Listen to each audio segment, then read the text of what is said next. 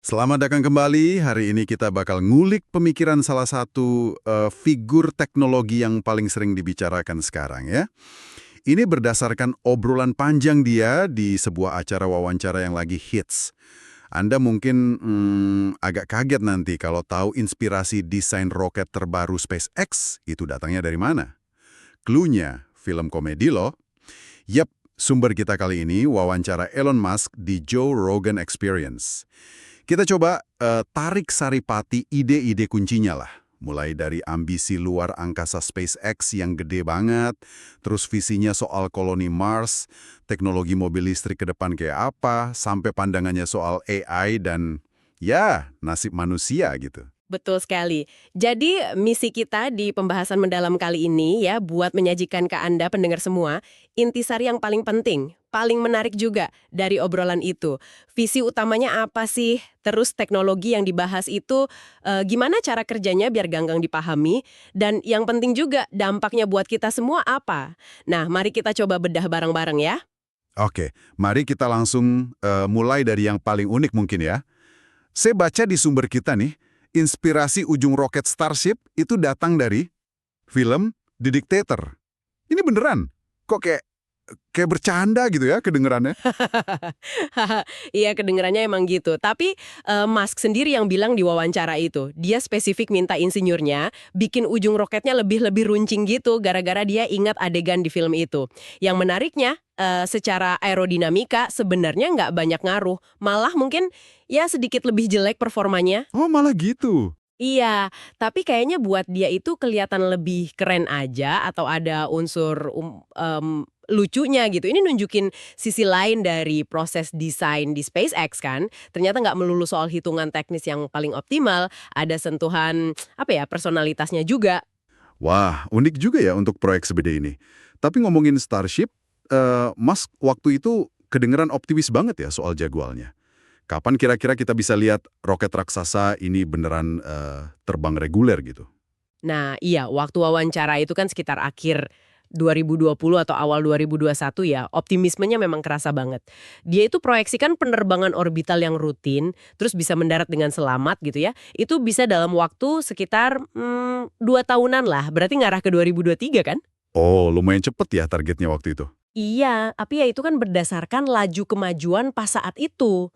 Penting juga dicatat nih, dia tuh nekenin kalau di program uji coba yang ngebut kayak gini, ledakan atau gagal itu malah diharapkan. Justru aneh katanya kalau nggak ada yang meledak. Loh, kok gitu? Ya karena mereka lagi dorong batas teknologi roket habis-habisan, gitu tuh. Jadi kegagalan itu ya bagian dari proses belajarnya biar cepat maju. Masuk akal sih. Tadi Anda sebut soal tujuan hidup multiplanet. Itu kan skalanya gede banget ya. Seberapa masif sih Starship ini dibanding roket-roket yang udah ada? Kayak Saturn V gitu misalnya? Susah ngebayanginnya. Memang susah dibayangin sih, ini bener-bener lompatan skala. Kita ngomongin objek terbang paling besar yang pernah dibikin manusia loh. Berat totalnya pas mau terbang itu diperkirakan di atas 5.000 ton. Itu jauh banget di atas pesawat komersial paling gede sekalipun. Gila, 5.000 ton. Iya, terus daya dorongnya itu katanya bakal lebih dari 2 kali lipatnya roket Saturn V yang dulu bawa orang ke bulan. Jadi tujuannya jelas banget, bikin manusia bisa tinggal di planet lain. Dan buat itu ya butuh ngangkut barang super banyak ke Mars, tonasenya harus masif. Dan kunci buat bisa ngewujudin itu semua yang sering dia bilang, roketnya harus bisa dipakai ulang sepenuhnya kan? Itu bedanya ya. Tepat sekali. Itu yang dia sering sebut apa ya? Cawan suci peroketan gitu loh. Holy Grail of Rocketry. Roket yang bener-bener bisa dipakai ulang terus cepet lagi siap terbangnya. Kayak pesawat komersial. Nah ini belum pernah ada yang berhasil sebelumnya. Kita udah lihat kan Falcon 9 boosternya bisa mendarat lagi pakai mesinnya. Tapi Starship ini, level berikutnya. Semua bagiannya, boosternya yang raksasa itu, super heavy, sama pesawat antariksanya, Starship, dua-duanya dirancang bisa dipakai ulang. Wah, itu tantangan engineeringnya luar biasa rumit. Terutama yang bagian atasnya ya, Starship-nya itu, yang balik dari orbit. Pasti panas balik itu pas masuk atmosfer lagi. Gimana mereka ngatasinnya? Bener banget, bagian Starship yang balik dari orbit itu kan kecepatannya gila-gilaan. Kayak meteor. panasnya minta ampun. Nah, buat ngelindunginya, mereka pakai perisai panas dari ribuan ubin keramik gitu, bentuknya heksagonal. Mirip sih konsepnya sama Space Shuttle dulu, tapi ini ya versi lebih modern lah. Oke, oke. Cuma tantangan paling gedenya itu gimana ngatur ubin keramik ini kan memuai ya kalau panas banget, sementara bodi roketnya di bawahnya itu dari baja, mungkin dingin banget malah karena sisa bahan bakar beku. Nah, celah antar ubinnya ini harus pas banget. Oh, gitu ya. Iya, kalau kegedean, plasma panas bisa masuk, ngerusak struktur. Kalau kependekan, pas panas dingin, ubinnya bisa saling tabrak terus retak. Jadi, ya itu kayak teka-teki material sama suhu yang rumit banget. Pantesan kompleks ya. Nah, semua perumitan teknologi ini kan ujung-ujungnya bukan cuma buat ke orbit bumi, tapi ke Mars. Kenapa sih fokusnya ke Mars banget? Apa pentingnya Mars menurut Mas? Ini nyambung ke visi jangka panjang dia yang fundamental banget. Bikin manusia jadi spesies multiplanet. Dia kaitin ini sama konsep filter hebat atau great filter. Itu kan ide di astrobiologi ya, kayak ada rintangan gede gitu yang mungkin bikin peradaban cerdas nggak bisa nyebar ke galaksi lain. Menarik. Nah, Mas lihat koloni Mars itu sebagai cara kita umat manusia buat ngelewatin filter hebat itu. Titik kritisnya katanya adalah bikin peradaban di Mars yang bisa mandiri. Artinya bisa bertahan hidup sendiri, bahkan kalau amit-amit ya, kapal dari bumi nggak bisa datang lagi, entah karena perang, bencana, atau apapun lah. Wah, jadi kayak semacam polis asuransi kosmik gitu ya buat spesies kita, kalau Mars bisa mandiri. Ngomong-ngomong, berapa lama sih perjalanan ke sana? Terus kapan kira-kira menurut dia waktu itu manusia bisa mulai dikirim? Perjalanan standar pakai teknologi roket sekarang itu sekitar 6 bulan. Bisa sih dicepetin, mungkin jadi 3 bulan, tapi ya lebih boros energi sama lebih beresiko juga navigasinya. Salah dikit bisa nyasar ke Jupiter katanya. Seren juga ya. Haha, iya. Nah, jendela waktu buat berangkat dari bumi ke Mars, yang paling pas itu cuma kebuka tiap sekitar 2 tahun sekali, pas posisi planetnya lagi bagus. Soal kapan manusia bisa dikirim, waktu wawancara itu kan awal 2021. Musk kedengaran optimis bisa kirim misi berawak pertama sekitar 5 tahun dari waktu itu. Jadi, ya kira-kira 2026 lah. Oke. Tapi dia nekenin banget, ngirim orang itu satu hal. Bikin basis yang berfungsi, apalagi kota yang bisa mandiri, itu tantangan jangka panjang. Puluhan tahun, mungkin lebih lama lagi. Oke. Selain bikin basis, ada juga kan ide yang lebih fantastis gitu. Terraforming Mars. Biar jadi kayak bumi. Itu serius dibahas juga. Dibahas sih dibahas, tapi sebagai kemungkinan yang jauh banget di masa depan. Teorinya itu ya manasin planet Mars. Musk pernah nyeletuk ide kayak pakai cermin raksasa di orbit buat mantulin cahaya matahari, atau bahkan ini agak gila sih, ledakan nuklir berkala di kutub esnya. Ledakan nuklir? Iya, buat ngelepasin gas rumah kaca, CO2 sama air beku yang banyak di bawah permukaan sama di kutubnya Mars. Tujuannya biar atmosfernya jadi lebih tebal, terus ada air cair lagi di permukaan kayak danau atau laut kecil gitu. Kan ada bukti kalau Mars dulu punya atmosfer tebal sama air cair, tapi hilang karena gravitasinya lemah sama medan magnetnya hilang. Tapi ya itu tadi, proses terraforming ini kalaupun bisa, butuh waktu ratusan atau ribuan tahun, lama banget. Kebayang sih lamanya. Nah, di balik semua usaha engineering gila-gilaan sama visi jangka panjang ini, sebenarnya apa sih dorongan filosofisnya, Mas? Dia ada jelasin nggak? Dia sering nyebut penulis fiksi ilmiah favoritnya, Douglas Adams, yang bikin The Hitchhiker's Guide to the Galaxy. Ada kutipan terkenal dari buku itu, intinya alam semesta ini adalah jawaban, tugas kita cari pertanyaan yang pas. Nah, buat Musk, biar bisa paham pertanyaan fundamental soal eksistensi kita perlu perluas cakupan kesadaran manusia. Perluas kesadaran. Maksudnya gimana tuh? Ya, baik kesadaran biologis kita maupun mungkin nanti kesadaran digital. Nah, jadi spesies multiplanet itu langkah penting buat perluasan kesadaran itu. Selain itu ada juga alasan yang lebih simpel sih. Bikin masa depan yang kerasa menarik, inspiratif gitu. Masa depan di mana kita nggak cuma diem di bumi nunggu masalah dateng, tapi aktif menjelajah bintang-bintang. Oke. Ngomongin bintang-bintang sama kemungkinan lain di luar sana, obrolan ini nyentuh soal alien juga kan? Gimana pandangan Musk soal itu? Kan dia di bidang ini ya, mungkin punya info beda. Ternyata di wawancara ini dia malah kedengeran skeptis banget loh. Dia bilang terang-terangan belum pernah lihat satupun bukti yang meyakinkan soal alien. Padahal posisinya kan ya mungkin aja dia tahu kalau ada bukti kuat gitu. Oh iya, Iya, dia malah nyindir kualitas bukti yang sering muncul. Kayak foto, video UFO yang burem gitu. Katanya standarnya minimal harus sejelas rekaman CCTV minimarket lah, haha. Dia terus nyebut paradoks Fermi. iya paradoks Fermi. Ya, kalau alam semesta ini luas banget dan tua, kok kita nggak lihat atau dengar tanda-tanda peradaban maju lain? Buat dia ini aneh, karena menurutnya kolonisasi galaksi itu harusnya mungkin aja terjadi dalam jutaan tahun. Nggak perlu teknologi lebih cepat dari cahaya juga. Dia juga nggak percaya klaim soal temuan arkeologi yang katanya teknologi alien di bumi zaman dulu. Jadi intinya dia nggak percaya ada alien gitu. Lebih tepatnya, dia merasa belum ada bukti yang cukup kuat. Jadi, sampai ada bukti konkret, dia nganggep mikirin alien itu kurang produktif. Fokusnya ya ke tantangan engineering yang ada di depan mata aja. Dan tantangan engineering itu nggak cuma di luar angkasa ya. Di bumi juga lewat Tesla, dia kan sama agresifnya tuh. Apa aja nih bocoran soal masa depan mobil listrik dari obrolan itu?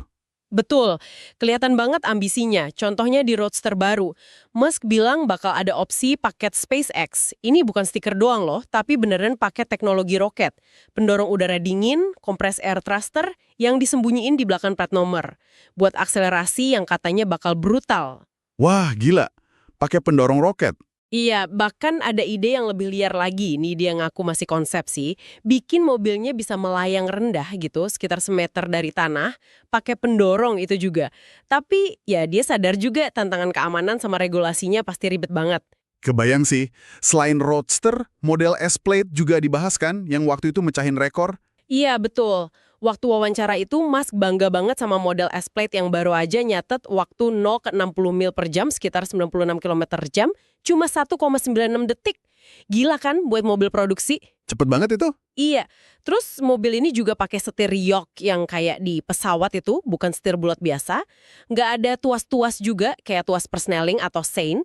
Katanya mobilnya bisa nebak kita mau maju atau mundur pas kita masuk, lihat dari sensor gitu. Walaupun tetap ada pilihan manual di layar sentuhnya sih. Canggih juga ya. Nah, terus Cybertruck. Itu kan desainnya bikin heboh banget. Beneran bentuk finalnya bakal kayak gitu? Musk bilang sih desain pas pameran itu udah lumayan deket sama final. Mungkin ada penyesuaian dikit, lebih kecil sekitar 3% katanya, biar muat di terowongan The Boring Company. Oh, biar muat di terowongan ya? Iya, fitur utamanya kan bodi dari baja tahan karat super keras itu jadi exoskeleton, katanya tahan peluru pistol kaliber kecil. Inspirasinya dari tank masa depan gitu. Soal kaca yang pecah pas demo itu, dia ngira mungkin karena sebelumnya pintunya dipukul palu godam, jadi pangkal kacanya udah retak duluan. Ah, masuk akal juga sih. Terus target jarak tempuhnya tetap jauh, di atas 300 mil 480 km. Uniknya, walau bentuknya kotak banget kan kelihatannya nggak aerodinamis ya, tapi penutup bak belakangnya yang miring itu katanya malah bantu ngurangin hambatan angin dibanding truk biasa. Oke. Masih soal roda nih, ada pertanyaan soal ban tanpa udara. Itu gimana menurut Musk? Potensial nggak buat masa depan? Dia ngaku idenya menarik sih, soalnya ban kempes kan nyebelin ya. Tapi waktu itu dia lihat teknologinya belum cukup matang buat mobil penumpang biasa. Masih banyak tantangan kayak suara bisingnya biasanya lebih kenceng, terus kenyamanannya gimana ngeredam lobang, cengkramannya. Sama yang penting buat mobil listrik, hambatan gulirnya harus rendah biar baterai awet. Jadi belum siap ya? Kayaknya gitu. Dia bilang mungkin lebih masuk akal nanti buat aplikasi khusus kayak armada robotaksi otonom gitu. Dimana mungkin awet sama nggak perlu perawatan itu lebih penting daripada kenyamanan yang paling top. Oke. Satu lagi soal energi mobil. Mungkin nggak sih mobil tenaganya murni dari panel surya di atapnya aja? Kan banyak yang ngimpiin gitu. Nah, ini Mas kedengeran skeptis banget. Malah kayak bilang nggak praktis gitu. Alasannya simple, fisika. Efisiensi panel surya kan terbatas, luas atap mobil juga terbatas banget. Energi matahari yang bisa ditangkep panel seukuran atap mobil itu paling banter cuma nambah beberapa kilometer jarak tempuh sehari. Itu juga kalau dijemur di bawah matahari terik terus. Ya, sayang banget ya. Iya, Solusi yang jauh lebih masuk akal, kata dia, ia pasang panel surya di atap rumah. Terus listriknya dipakai buat ngecas mobil. Jadi, mobil tenaga surya murni buat harian kayaknya masih jauh deh. Ada batasan fisika fundamentalnya. Oke deh, jelas kalau gitu.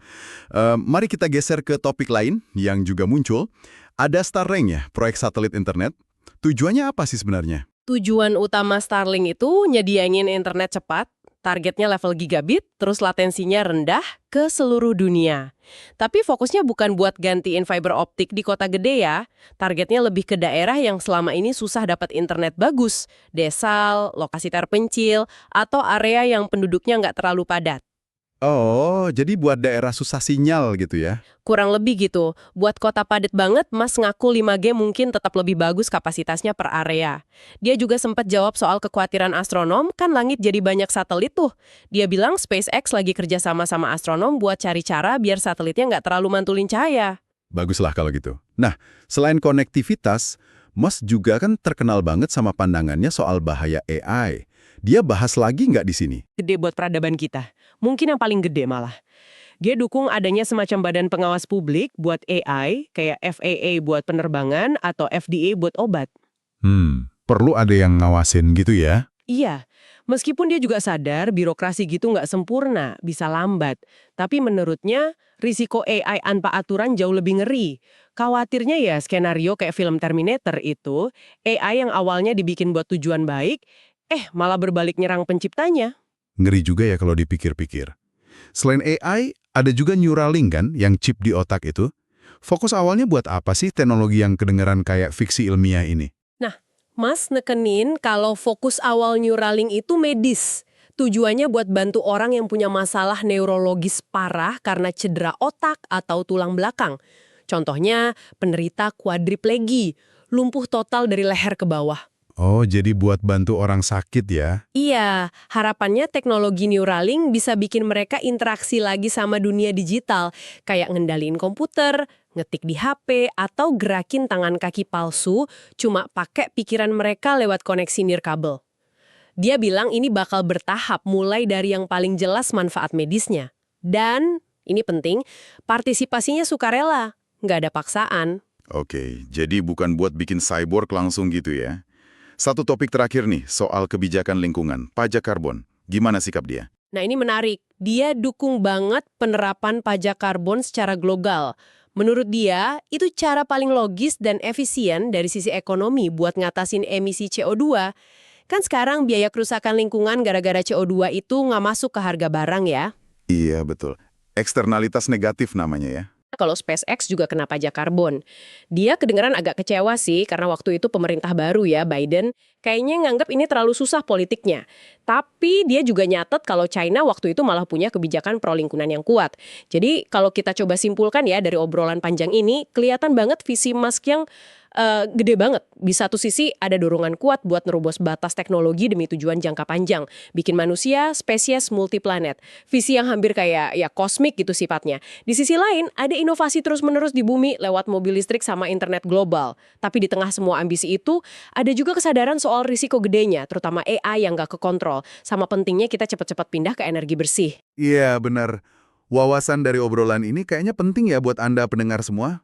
Karena ini nyentuh arah teknologi-teknologi kunci yang bakal ngebentuk masa depan kita bareng-bareng. Mulai dari cara kita nanti keluar angkasa, cara kita transportasi dan komunikasi di bumi, sampai pertanyaan yang lebih dalam soal kelangsungan hidup kita dan tujuan kita sebagai spesies di alam semesta ini. Kayak ngintip cetak biru masa depan yang lagi dicoba dibangun gitu ya. Lengkap sama potensi kerennya, tapi juga ada bahaya yang mesti kita waspadai. Nah sebagai pemikiran penutup nih, buat Anda renungkan. Mengingat ambisi yang luar biasa buat ke bintang-bintang tadi, tapi di saat yang sama ada juga risiko eksistensial dari teknologi canggih yang kita bikin di bumi ini, kayak AI. Menurut Anda nih, mana yang harusnya jadi prioritas utama manusia sekarang? Apa kita harus lebih fokus ke ekspansi luar angkasa sebagai rencana B? Atau justru ngelola tantangan dan risiko teknologi di planet kita sendiri ini dengan lebih bijak itu yang paling mendesak? Wah, pertanyaan yang gak gampang dijawab tuh. Sampai jumpa di pembahasan mendalam kami berikutnya ya.